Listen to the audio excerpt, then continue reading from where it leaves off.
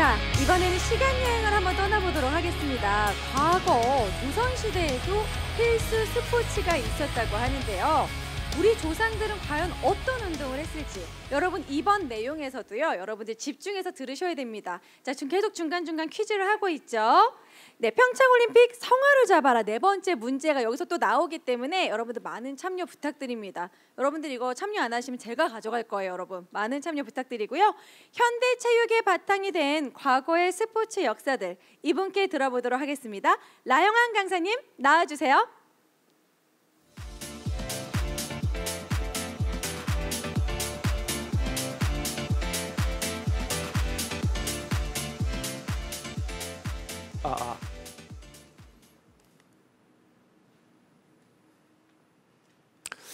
요즘 코로나가 굉장히 지금 확진자가 많이 나오고 있습니다. 이러다 보니까 우리가 당연히 집에서 지내는 시간들이 굉장히 많이 길어지는 분들이 많이 있는 것을 볼 수 있는데요. 이럴 때마다 우리가 쉽게 할 수 있고 혼자 할 수 있고 그다음에 어디서나 즐길 수 있는 홈 트레이닝에 대한 이야기를 한번 해보도록 하겠습니다. 조선 시대에도 홈트가 있었나 없었나 이거에 대해서 좀 고민들이 많으신데요. 조선 시대도 홈트가 있었습니다. 제가 인터넷에서 기사를 한번 살펴봤는데요. 재밌는 기사가 있어서 여러분들과 함께 한번 질문을 통해서 한번 여러분들 같이 한번 시간을 나눠보도록 할 것입니다. 요즘 굉장히 많이 밖이 위험하십니다. 그러다 보니까 집에 있는 시간이 굉장히 많이 길어요. 그러다 보니까 뱃살도 굉장히 많이 늘어나고 있는데요. 이럴 때야말로 진짜 집에서 자신이 자기 스스로 체력을 기르고 그리고 자기 스스로 몸을 갖다 단련하는 것이 어느 때보다 중요하다는 것을 말씀을 드리고 있습니다. 먼저 제가 지금 드리는 이 힌트를 먼저 잘 들으시면 됩니다. 첫 번째는 밖에서도 즐길 수 있는 운동입니다. 지금 조선시대 홈트에 대한 이야기를 하고 있는 겁니다. 두 번째는 집 안에서도 얼마든지 즐길 수 있는 운동이라는 거예요. 세 번째는 뭡니까? 그렇죠. 바로 500원만 있어도 여러분들이 즐길 수 있는 운동이라는 겁니다. 근데 제가 제일 중요하게 여기는 건 뭐냐면은 여기 보세요. 뭡니까? 뱃살을 뺄 수 있는데 지금 제가 뱃살이 굉장히 많이 늘어나고 있는데요. 뱃살을 뺀데도 굉장히 유용한 운동이다. 요즘 프리미어 리그에서 굉장한 어떤 우리 월드스타로 공인받고 있는 우리 손흥민 선수도 이 운동을 굉장히 즐겨 했다라는 이야기가 있습니다. 이 운동이 무엇일까요? 눈치채셨을 겁니다. 바로 제기차기입니다. 제기차기는 여러분들 잘 아시겠지만 저도 어렸을 때 체육 시간 때 만나본 운동 중에 하나이기도 합니다. 근데 이 제기차기가 말이에요. 나름대로 이렇게 노하우가 있어야 됩니다. 우리가 문방구에 가서 뭐 돈만 주면 얼마든지 제기를 구할 수 있지만요. 이게 너무 가벼워. 그러다 보니까요. 여기다가 이제 500원짜리 동전을 넣어 가지고요. 이것을 좀 무게를 갖다가 조금 올린 다음에 이것을 가지고 운동을 하면은 더 박진감 있게 운동을 했던 경험이 있습니다. 제기차기가 말이에요. 근력도 기르고요. 그다음에 지구력도 기르고 그리고 나서 여러분들의 균형 감각을 갖다가 기르는데 아주 유용한 운동이라는 것을 먼저 말씀드리고 싶습니다. 그렇다면 조선시대에는 그러면 제기차기만 있었느냐라는 이야기를 하시는 분들이 많이 있을 겁니다. 아닙니다. 조선의 선비들이 또 즐기는 바로 홈 트레이닝, 바로 홈트가 있었습니다. 여러분, 우리나라의 지폐에 10,000원짜리의 표지 모델은 누구십니까? 다 알고 계세요. 세종대왕이십니다. 그런데 5,000원짜리와 1,000원짜리를 헷갈려 하시는 분들이 왕왕 계시더라고요. 1,000원짜리 표지 모델은 누구십니까? 바로 누구라고요? 태계 이황 선생님이십니다. 태계 이황 선생님은 최고의 당대 유학자이기도 했었지만 굉장히 의학에서도 굉장한 많은 어떤 지식을 가지셨던 분입니다. 여러분 이거 아세요? 우리 태계 이황 선생님이 직접 중국 의학책을 보시고 쓰셨던 책이 하나 있어요. 이게 바로 활인 신방이라는 책입니다. 여러분 태계 이황 선생님 말이에요. 어렸을 때 굉장히 좀 뭐랄까 오늘날로 말하면 약간 굉장히 빌빌브라더스였어요. 굉장히 몸이 허약하셨다라고 말씀드릴 수 있습니다. 근데요 태계이황 선생님은 이 활인신방에서도 잘 소개했던 것처럼 몸을 갖다가 선천적으로 몸이 약했지만 후천적으로 몸을 단련하고 또 단련을 하셔서 말이에요. 그 당시 조선 시대의 어떤 평균 수명이 몇 살인지 아십니까? 오케이. 35이었습니다. 근데 태기 이항 선생님은 그로부터 35의 딱 2배, 무려 70세까지 장수를 하셨던 아주 오랫동안 사셨던 분이 바로 태기 이항 선생님이십니다. 이 활인신방에는 크게 두 가지로 나뉘어지고 있는데요. 하나는 신체를 단련하는 방법, 그리고 하나는 또 하나의 부분은 바로 현대의학에서나 볼 수 있는 정신 건강에 있어서 스트레스를 해결할 수 있는 방법을 이 두 가지로 나뉘고 있습니다. 다시 말해서 이 활인신방은 건강을 위한 비법서다, 이렇게 말씀을 드릴 수가 있는 것 같아요. 우리 이 활인신방을 통해서 우리가 굳이 얘기하자면 이것은 오늘날 조선 시대의 바로 스트레칭법, 그러니까 오늘날로 말하는 조선 시대의 몸을 유연하게 하는 스트레칭법이라는 것을 말씀을 드릴 수 있고요.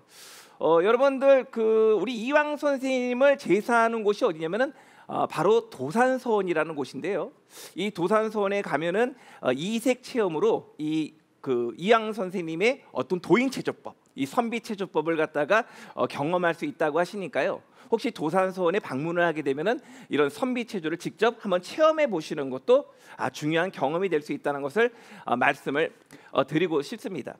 자, 그렇다면 홈트레이닝에 대한 이야기가 끝났다면 이제는 조선 시대의 스포츠에 대한 이야기를 한번 나눠볼까 합니다. 우리가 조선 시대는 어떤 스포츠가 있었을까라고 생각들을 많이 할 겁니다. 우리가 보통 선비들 생각하면 조선이란 나라는 맨날 유학을 하는 나라, 그리고 공부만 하는 나라, 이렇게 생각을 하지만요, 그렇지 않습니다. 우리 역사를 조금 공부를 한번 해볼까요?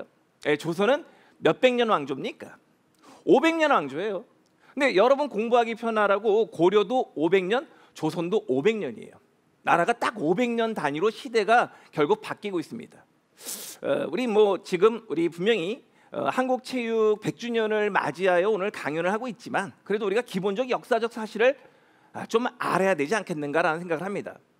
우리가 보통 남자들은 말이에요, 여자들은 좀 욕을 좀 덜 하시죠? 아닌가요? 여자들이 욕을 더 많이 하시나요? 근데 남자들보다는 욕을 좀 덜 하시는 것 같아요. 근데 우리 중학교 때가 남학생이 욕을 정말 잘합니다. 우리 여학생들, 여성분들이 잘 이해를 못하겠지만 남성분들 보통 우리 친구끼리 좀 애칭으로 욕하는 욕 있잖아요. 새끼 이런 거 있지 않습니까? 그런데 바로 우리가 10세기입니다. 이 10세기가 욕이 아니라 바로 고려의 시작이에요. 한번 해볼까요? 10세기, 10, 11, 12, 13, 14 이러면 고려가 끝나는 거예요. 그러면 손가락 다 끝났죠. 그러면 손가락 피면 됩니다. 15, 16, 17, 18, 19. 그래서 고려 500년사, 조선 500년사에서 고려 조선 합쳐서 1000년이 되는 겁니다. 그런데 조선은 또 앞에 15, 16, 17, 18, 19인데 앞에 15세기, 16세기를 조선 전기라고 얘기를 해요. 제가 이 얘기를 왜 드리냐면은 조선은 말이에요, 그렇게 유교를 강조하고 문을 강조했던 것은 조선 후기에 이르러서예요. 조선 전기에는 문과 무를 겸비한 아주 건강한 나라였습니다. 그래서 우리 조선 초 때는 여진족을 갖다가 다 격파하고 또 왜구를 격파하면서 우리가 영토를 확장했던 시기도 바로 그런 시기입니다. 다시 얘기하자면 조선 시대에 격렬한 스포츠가 굉장히 많이 있었다라고 말씀을 드리고 있는 겁니다. 지금 앞에서 보이고 있는 이 스포츠, 말을 타고 달리고 있는 모습이 보이지 않습니까? 이 스포츠가 무엇일까요? 아마 우리 체육 관계자분들이 아마 이 강연을 많이 들으시기 때문에 아마 충분히 빠르게 답을 내실 수 있을 것입니다. 바로 조선 시대의 로얄 스포츠라고 불리는 바로 격구입니다. 격구는 말이에요, 지금 앞에 있는 공이 있죠. 그리고 앞에 약간 수저 모양으로 돼 있는 채가 있지 않습니까? 이걸 장시라고 하는 채인데요. 이 장시라는 채에다 공을 담아가지고 결국 상대방의 골문에 골을 넣는 경기입니다. 다시 얘기해서 제가 조금 설명을 드리면요, 한 팀에 한 10명 정도로 구성되어 있어요. 얘들이 다 뭘 타고 있다고요? 뜨그덕 말을 타고 있습니다. 이 말을 타고요, 경기장 가운데 골프 공만한 공이 이렇게 놓여 있어요. 그러니까 말을 타고 말이에요, 전속력으로 바로 공을 향해 달려가는 겁니다. 그리고 나서 이 공을 바로 이 장시라는 수저 모양의 체에다가 넣어서 그리고 말을 달리가면 상대방을 제치면서 넣는 경기가 바로 격구라는 경기다라는 것을 말씀을 제가 드리고 있는 것입니다. 격구는 굉장히 화려한 스포츠입니다. 그래서 많은 사람들이 이 격구만한 경기가 있을까라고 얘기하는데요. 우리가 어느 순간 우리가 자랑스러울 만한 운동이 많이 있었는데요. 우리가 어느 순간 외국에 있는 경기, 외국에 있는 운동을 더욱더 좋아하고 많이 알게 되는 경우가 많이 있었습니다. 폴로가 있습니다. 폴로와 격구를 많이 비교를 한대요. 우리 폴로가 뭔가요? 어쩌치고 말하기를 온 이름이라고 하는데 정말 짜증이 납니다. 온 이름 아니에요. 물론 온 이름이기도 하시죠. 뭐 언더우드는 뭡니까? 언더우드도 온 이름입니까? 언더우드도 바로 선교사를 말씀하시는 건데요. 근데 그분의 이름을 따서 이제 옷의 어떤 상표로 사용을 했던 건데요. 폴로는 바로 영국의 귀족 스포츠셨습니다. 영국의 귀족 스포츠? 격구는 뭡니까? 우리 대한민국, 우리 조선의 로열 스포츠십니다. 근데요, 이 폴로는 말이에요, 너무 지루해요. 진짜 너무 지루합니다. 이 폴로라는 경기가요.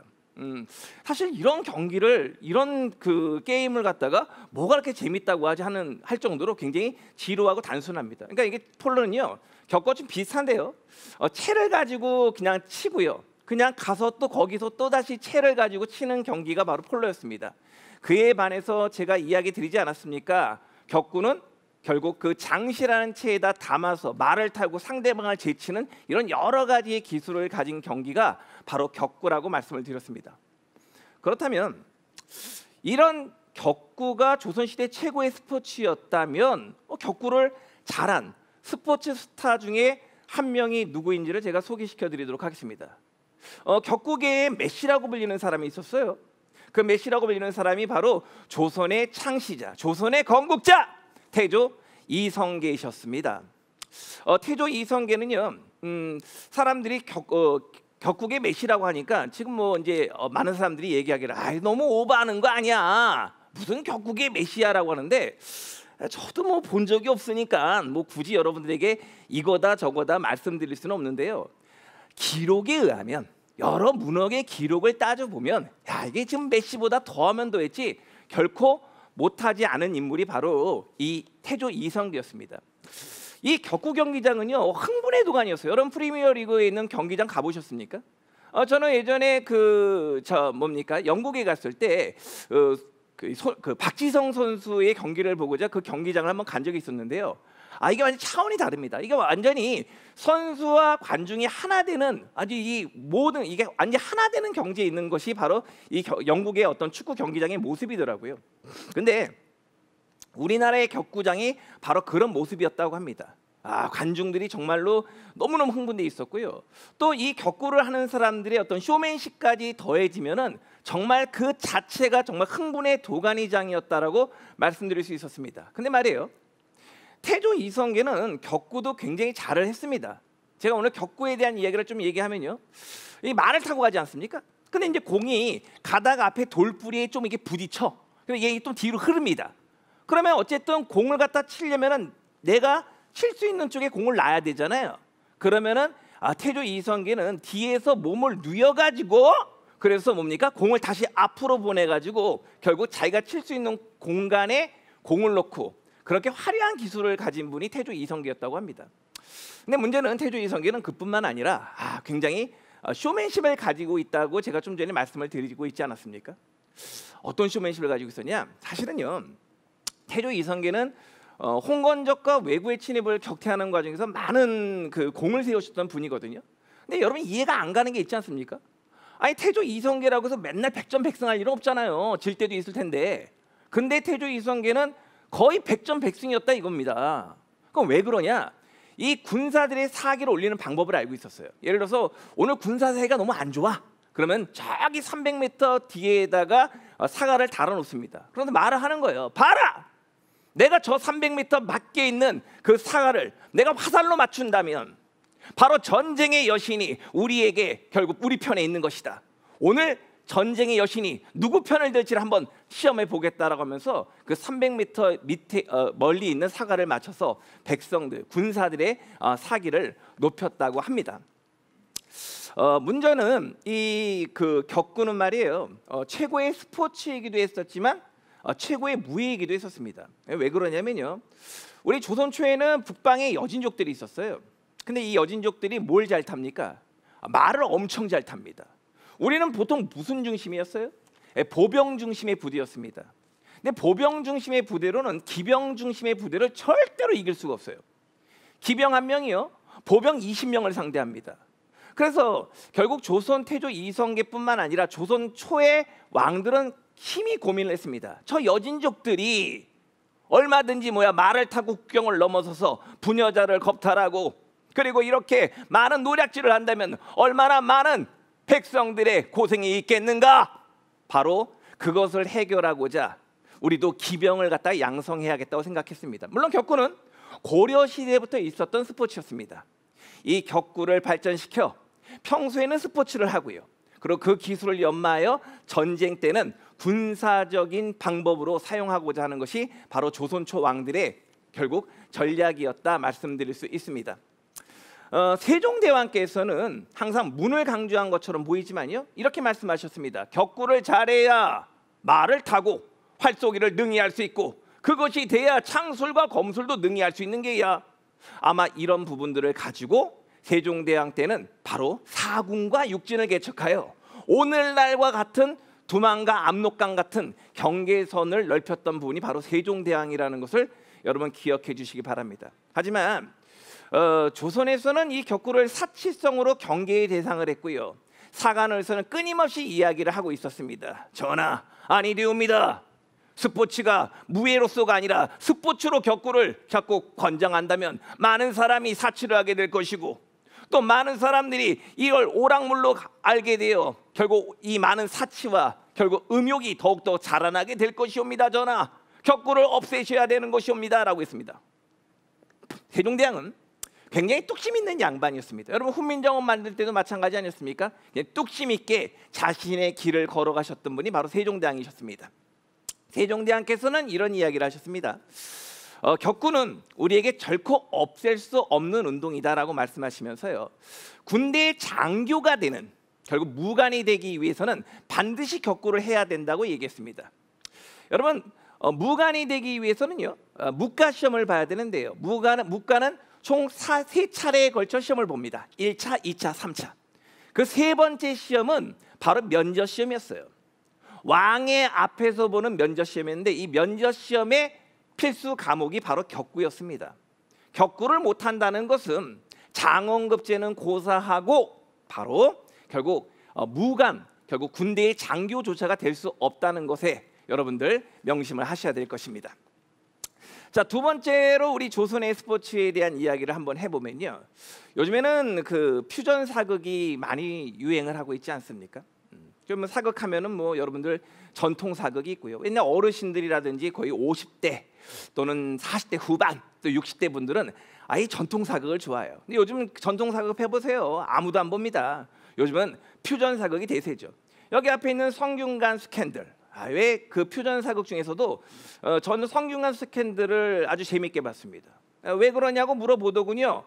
성균관이 바로 저의 모교기 때문이다. 그래서 이 성균관 스캔들을 저희 모교에서 촬영을 했고요. 여기 나와 있는 그 유아인 씨 그리고 송중기 씨 이런 분들이 특히 성균관 스캔들에서 아주 또 스타덤에 오르셨던 분들이신데요.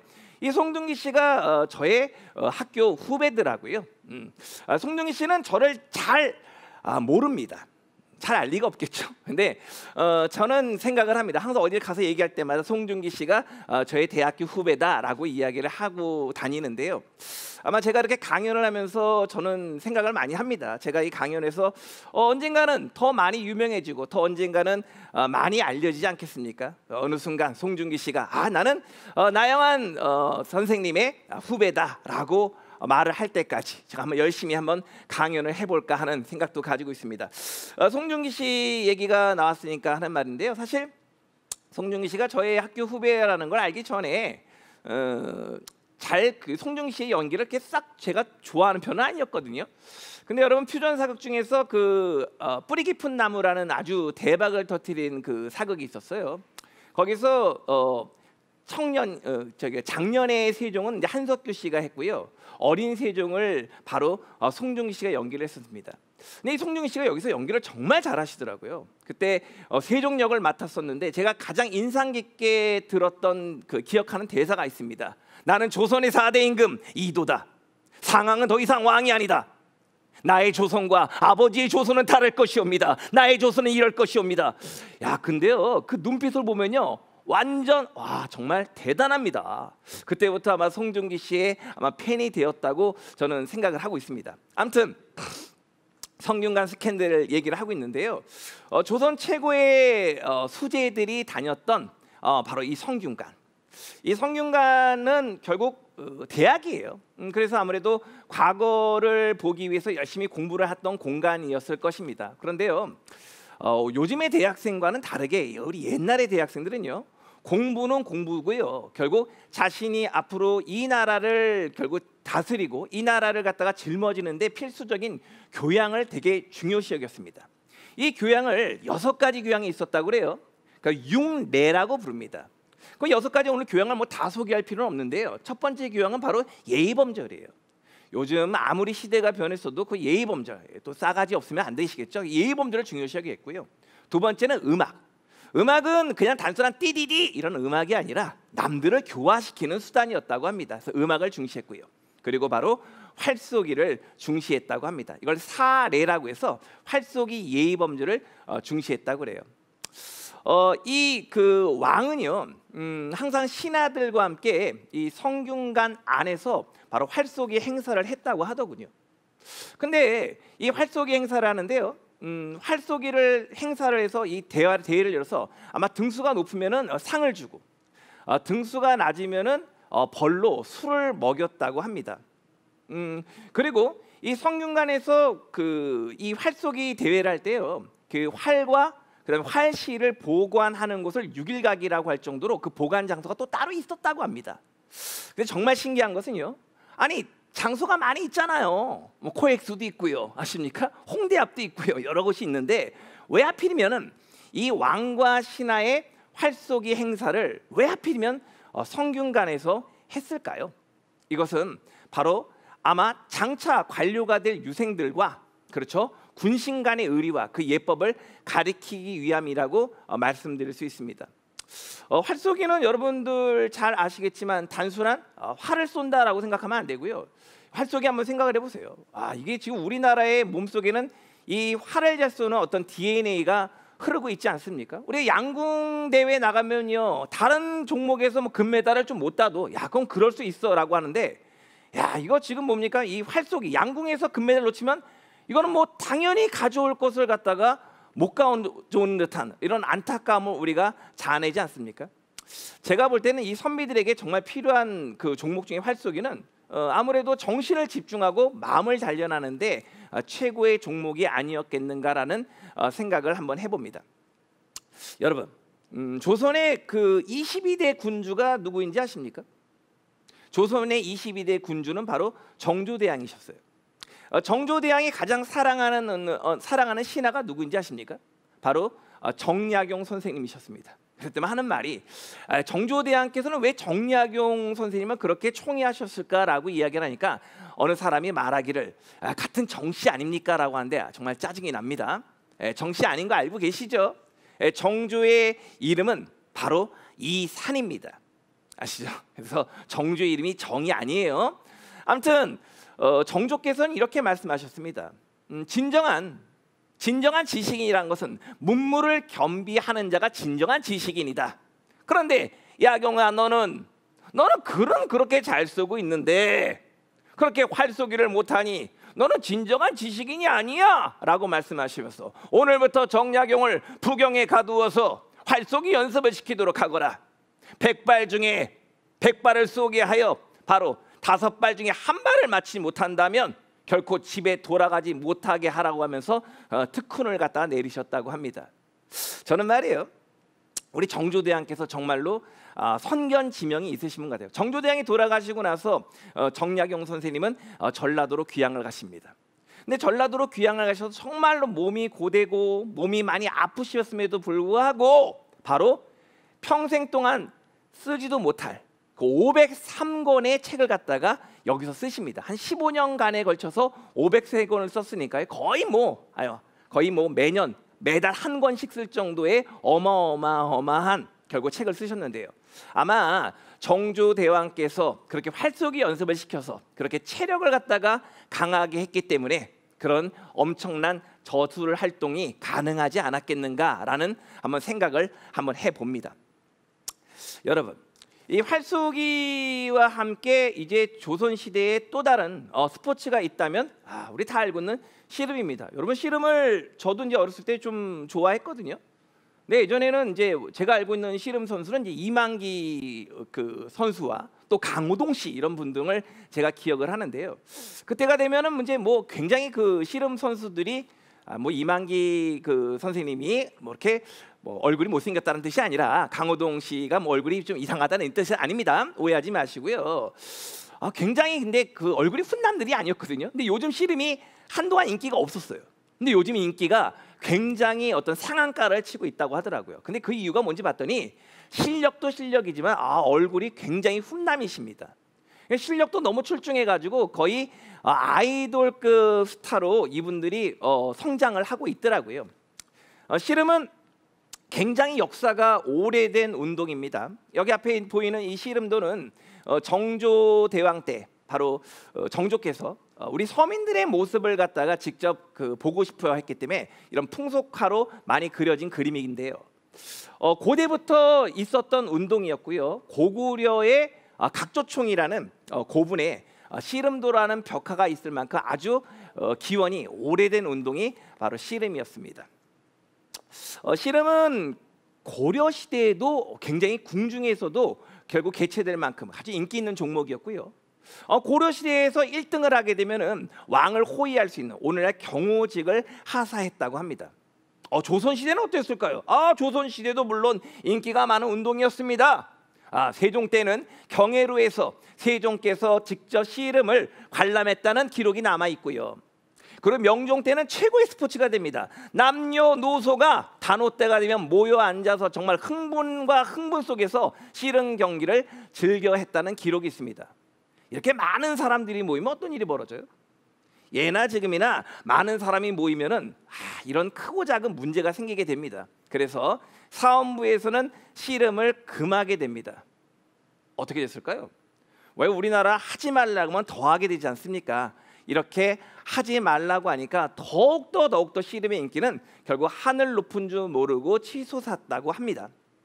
여러분, 현종 때는요, 이 씨름 경기에서 진 자가 너무 억울한 거야. 나 너무 억울해. 그래서 결국 승자를 갖다가 분노심에 이기지 못해서 찔러 죽이는 일이 있었습니다. 근데요, 여기서 끝났으면 그냥 제가 소개를 안 할 텐데 그 찔럼을 죽임을 당했던 그 남자의 부인이 복수심에 불타서 다시 그 상대방 남자를 찔러 죽이는 일이 벌어졌다고 합니다. 이 스포츠가 무슨 죄입니까? 지나친 경쟁과 지나친 어떤 이런 질투 이런 것이 문제가 된다라는 것을 말씀을 드리고 싶습니다.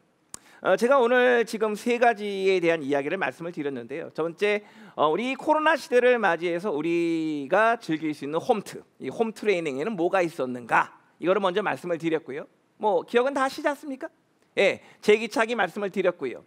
두 번째는 선비체조 뭐 이런 것을 말씀을 드리면서 이황 선생님께서 원래 병약하셨다. 그러나 그렇게 장수할 수 있었던 이유는 선천적인 체력은 안 좋았지만 후천적으로 항상 몸을 단련해서 그렇게 건강하게 장수를 했다라고 말씀을 드렸습니다.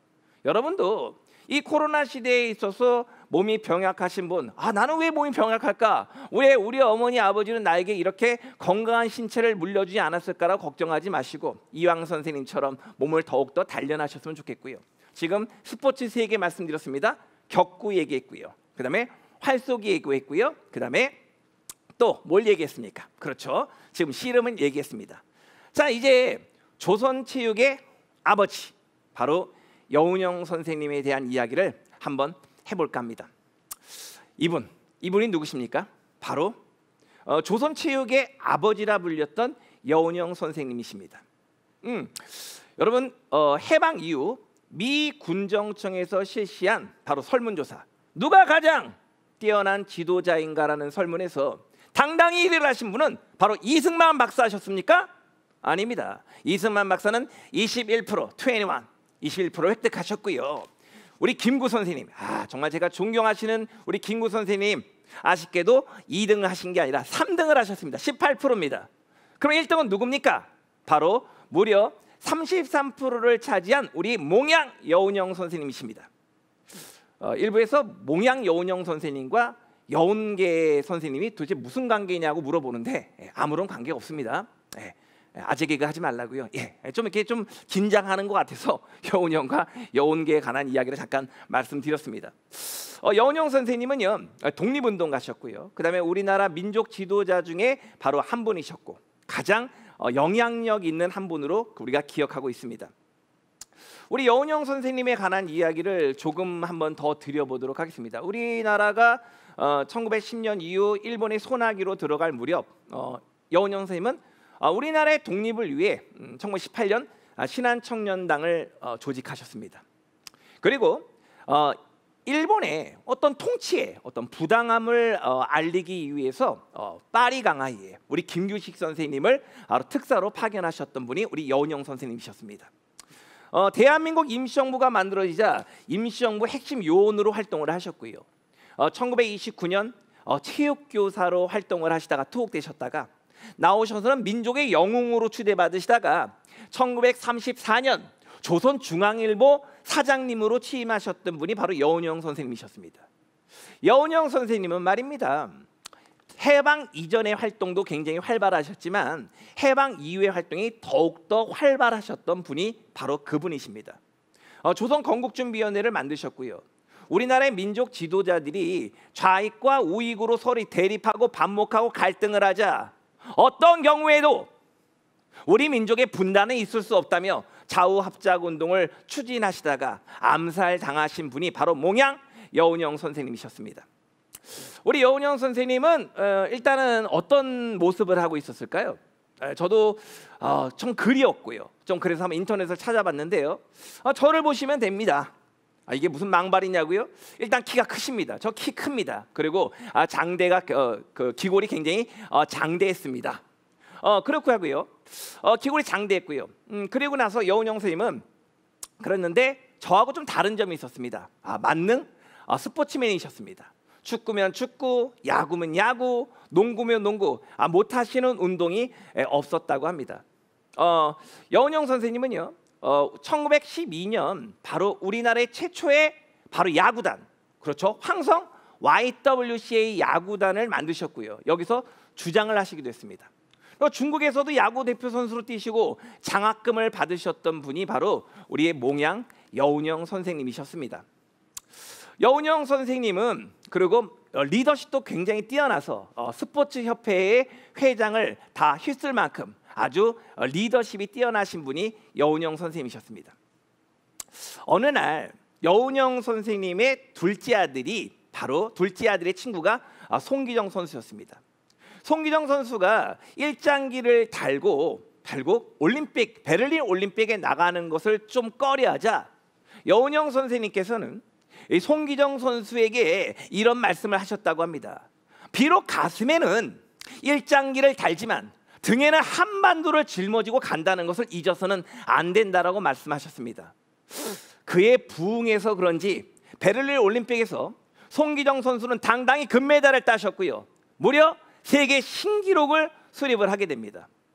이 세계 신기록을 수립했다는 쾌거를 듣자마자 1936년 바로 조선중앙일보 사장 여운형 사장께서는 바로 일장기를 삭제한 사진을 실은 기사를 게재합니다. 여러분 많이 어렸을 때 중고등학교 시절부터 책에서 많이 봤던 사진일 것입니다. 이렇게 일장기가 삭제된 모습 보이시죠? 그 이후에 여운형 사장님은 사장직에서 쫓겨나시고 그 중앙일보는 바로 강제로 폐간이 됩니다. 그리고 기다리던 드디어 광복이 되었습니다. 광복이 된 이후에도 여운형 선생님은 우리나라의 초대 올림픽 바로 협회장으로 위원장으로 취임하셔서 바로 모두가 우리 대한민국이 IOC에 가입되는 것을 만장일치로 통과시키는 그런 쾌거를 이루셨던 분도 바로 우리 여운형 선생님이셨습니다. 여운형 선생님은 일단은 굉장히 매력적이었습니다. 여운형 선생님의 그 외모는 정말로 출중했다고 합니다. 여기 보시면은 지금 여운형 선생님의 모습, 이렇게 맨 모습이 나와 있는데요. 여운형 선생님은 1934년에 현대인들을 위한 철봉 훈련법을 갖다가 결국 간행하게 됐습니다. 그러면서 철봉으로 단련된 자신의 맨몸을 갖다가 이렇게 소개하기도 했습니다.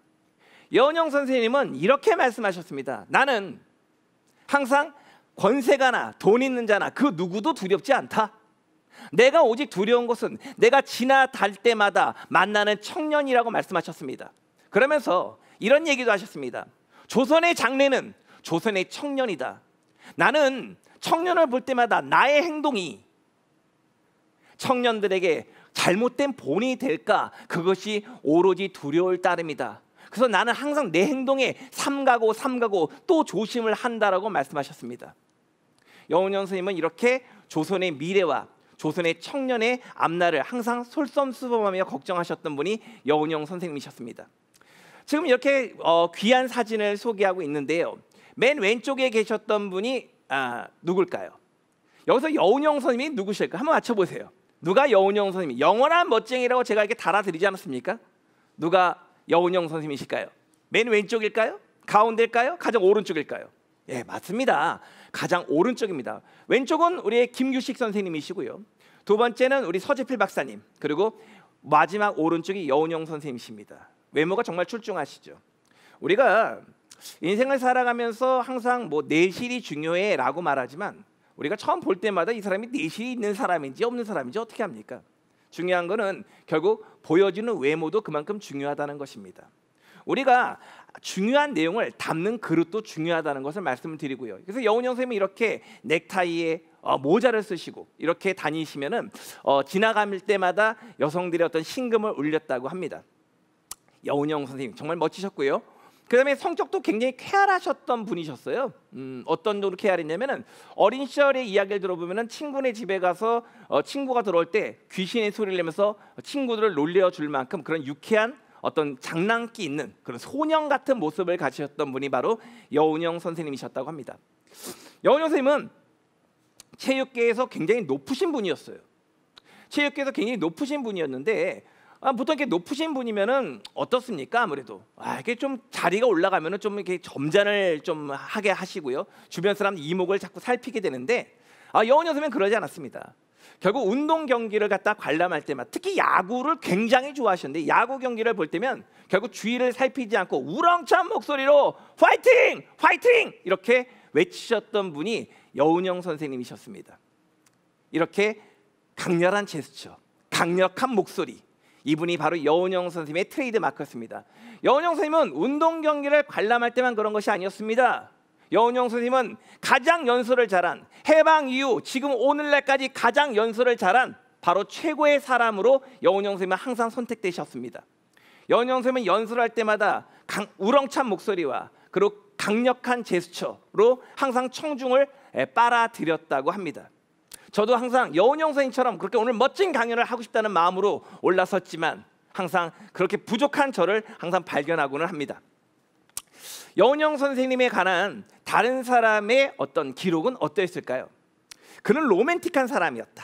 그리고 한 인물을 평가하는데 신언서판에서 그는 뛰어난 남자라고 강원윤 목사님은 회고를 했고요.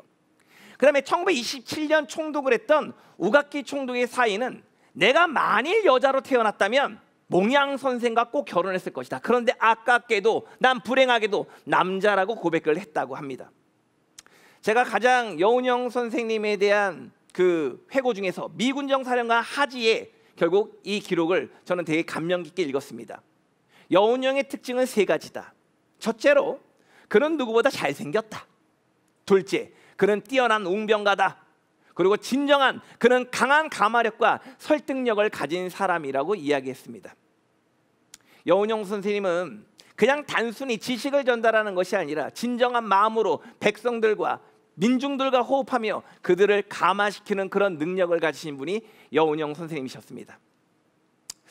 여러분, 우리가 중요한 시험을 앞두거나 중요한 경기를 앞두거나 이런 중요한 일을 앞둘 때 여러분들 신체와 정신 중 무엇이 더 중요하다고 생각을 합니까?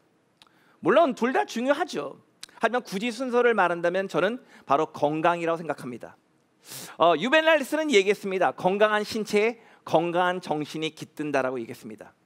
바로 이 건강한 신체는 바로 독립운동의 발판이고 우리 민족을 단합할 수 있는 길이라고 여운형 선생님은 말씀하셨습니다. 저는 여기서 의문을 가졌어요.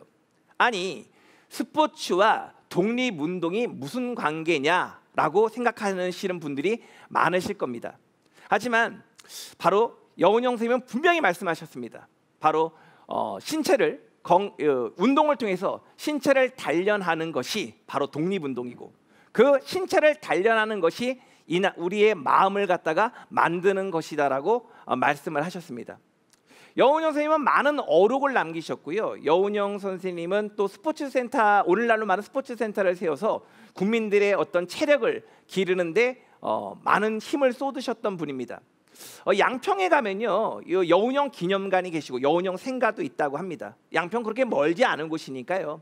시간 내서 가까운 시일 내에 양평을 가서 여운형 선생님의 어떤 발자취, 여운형 선생님의 어록, 여운형 선생님의 생가, 여운형 선생님의 이 버스 도장도 한번 보시는 그런 여유를 한번 가지셨으면 좋겠습니다. 제가 앞서 말씀드렸던 것처럼 하지만 우리 여운형 선생님은 얼마 가지 않아 여운형 선생님도 그렇게 마지막 날을 맞이하게 됩니다. 1947년 경이 되면은요, 우리가 IOC 가입을 축하하는 기념행사로 한국과 영국이 동대문 운동장에서 친선 경기를 벌이게 됩니다. 이 친선 경기를 참여하기 위해서 여운형 선생님은 옷을 갈아입기 위해서 결국 자신의 자택으로 가는 도중에 해화동 로타리에서 총을 맞고 사망을 하십니다. 해방 이후 가장 위대한 지도자였던 여운형 암살 사건이었습니다. 해방 이후 무려 60만의 사람들이 그 장례식에 참여를 했고요. 그리고 그의 운꾸는 평소에 친분이 굉장히 좋았던 송기정, 김성집 씨가 그 운꾸를 들었다고 합니다. 여러분, 여운형 선생님은 돌아가시면서 두 마디를 남기셨다고 했습니다. 바로 조선이란 두 글자와 조국이란 두 글자를 남겼다고 했습니다. 평생을 이 나라의 안위와 항상 이 대한체육의 발전을 위해서 심각하게 고민하고 굉장히 절박하게 결국 고민하셨던 여운형 선생님의 절박함이 느껴지지 않으십니까? 여러분, 우리는 가장 어려운 시대를 살고 있습니다. 우리는 해방 이후 지금 보이지 않는 적과 싸우고 있습니다. 어쩌면 지금 이러한 전쟁이 어쩌면 끝나지 않을지도 모른다는 우린 두려움에 살고 있습니다.